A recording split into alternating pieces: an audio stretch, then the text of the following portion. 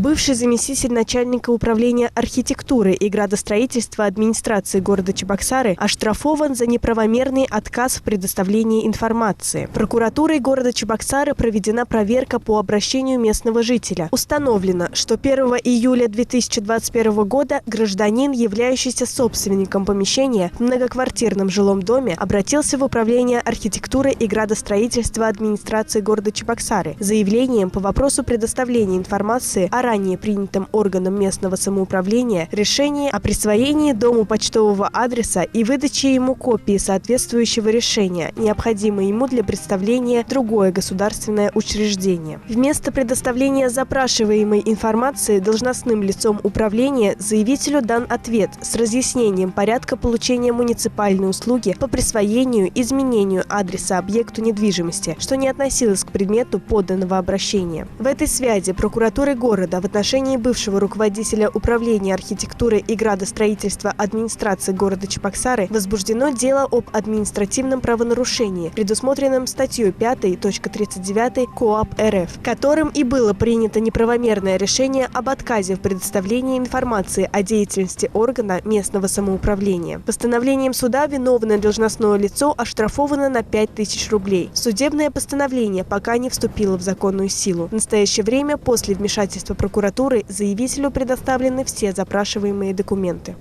По инициативе прокуратуры Козловского района инвалиду возмещены расходы на проезд к месту прохождения санаторно-курортного лечения. В прокуратуру Козловского района обратился 82-летний местный житель, являющийся инвалидом второй группы, с просьбой оказать содействие в возмещении расходов, затраченных в 2019 году на проезд от места санаторного лечения к месту своего жительства. Установлено, что ему региональным отделением Фонда социального страхования Российской Федерации по Чувашской Республике в 2019 году предоставлена путевка на санаторно-курортное лечение в одно из оздоровительных учреждений Московской области. По возвращении домой мужчина представил в учреждение проездные документы для возмещения стоимости проезда к месту лечения и обратно, что полагалось ему по закону. Пенсионеру произведено возмещение стоимости проезда к месту лечения, однако компенсация стоимости проезда обратно не произведена. В связи с отсутствием в представленном билете по автобусному маршруту Москва-Чебоксары обязательных реквизитов – имени и отчества, даты рождения, вида и номера документа, удостоверяющего личность. В ходе рассмотрения обращения прокуратуры района было установлено местонахождение перевозчика, оказавшего в 2019 году транспортные услуги заявителю, и от них истребован дубликат проездного документа – билета, содержащий все необходимые реквизиты. После получения дубликата проездного документа мужчине оказана помощь в написании соответствующего заявления и его направления для осуществления компенсации. В результате предпринятых прокуратурой мер пенсионеру-инвалиду была выплачена положенная ему компенсация стоимости проезда. В Козловском районе после прокурорского вмешательства восстановлена льгота для инвалидов при уплате земельного налога. Прокуратура Козловского района в ходе анализа действующих местных нормативных актов установила, что в период с 2010 по 2019 годы инвалиды первой и второй группы, проживающие на территории района, пользовались налоговой льготой в виде освобождения от уплаты земельного налога. В конце 2019 года вследствие изменений, внесенных собраниями депутатов поселений района, данная льгота была упразднена, что привело к ухудшению положения 324 граждан, которым в сентябре должен был быть начислен земельный налог за 2020 год. В целях защиты прав социально незащищенной категории граждан прокуратура района в порядке нормотворческой инициативе разработала изменения в действующие в городском и сельских поселениях нормативные акты, предусматривающие восстановление ранее предусмотренной налоговой льготы для лиц с ограниченными возможностями здоровья. Указанные изменения в нормативно-правовые акты муниципалитетов района были приняты в кратчайшие сроки, имеют обратную силу, что привело к аннулированию подготовленных к предъявлению налоговых платежей. После прокурорского вмешательства права лиц указанной категории на получение налоговой льготы восстановлены.